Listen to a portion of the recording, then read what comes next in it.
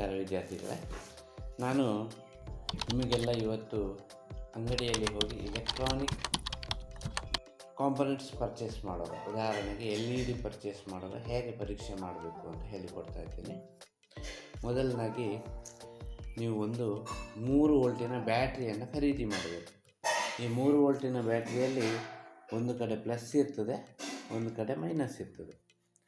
ಈಗ ಈ ಪ್ಲಸ್ ಇದ್ದ ಕಡೆಗೆ ಈ LED ಬಲ್ಬ್ಗಳನ್ನು ನೋಡಿ ಈ ರೀತಿ ಇಟ್ಟರೆ ಉರಿತದೆ. ಆದರೆ LED ಬಲ್ಬ್ಗಳಲ್ಲಿ ಪ್ಲಸ್ ಯಾವುದು ಮೈನಸ್ ಯಾವುದು ಹೇಗೆ ಪತ್ತೆ ಹಚ್ಚೋದು ನೋಡಿ, ಸರಿಯಾಗಿ ಗಮನಿಸಿದರೆ LED ಬಲ್ಬಲ್ಲಿ ಒಂದು ಕಾಲು ಉದ್ದ ಇರ್ತದೆ, ಒಂದು ಕಾಲು ಗಿಡ್ಡ ಇರ್ತದೆ.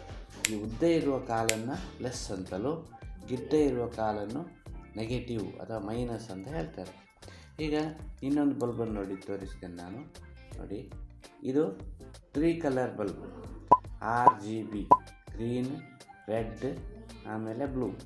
ಹೀಗೆ ಈ 3 ಕಲರ್ನ ಬಲ್ಬನ್ನು ಈ ರೀತಿ ಚೆಕ್ ಮಾಡ್ಬೋದು.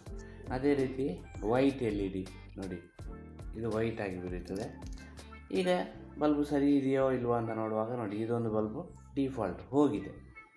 ಹೀಗಾಗಿ ನಾವು ಅಂಗಡಿಯಲ್ಲೇ ಪರ್ಚೇಸ್ ಮಾಡುವಾಗ ಈ ಬಲ್ಬು ಹೇಗಿದೆ, ಸರಿ ಇದೆಯಾ, ತಪ್ಪಿದೆಯಾ, ಹಾಳಾಗಿದೆಯಾ ಅಂತೇಳಿ ಚೆಕ್ ಮಾಡಿ ಖರೀದಿ ಮಾಡ್ಬೋದು. ಈ ಇನ್ಫಾರ್ಮೇಷನ್ ನಿಮಗೆ ಇಷ್ಟ ಆದರೆ ಕಮೆಂಟ್ ಬಾಕ್ಸಲ್ಲಿ ತಿಳಿಸಿ.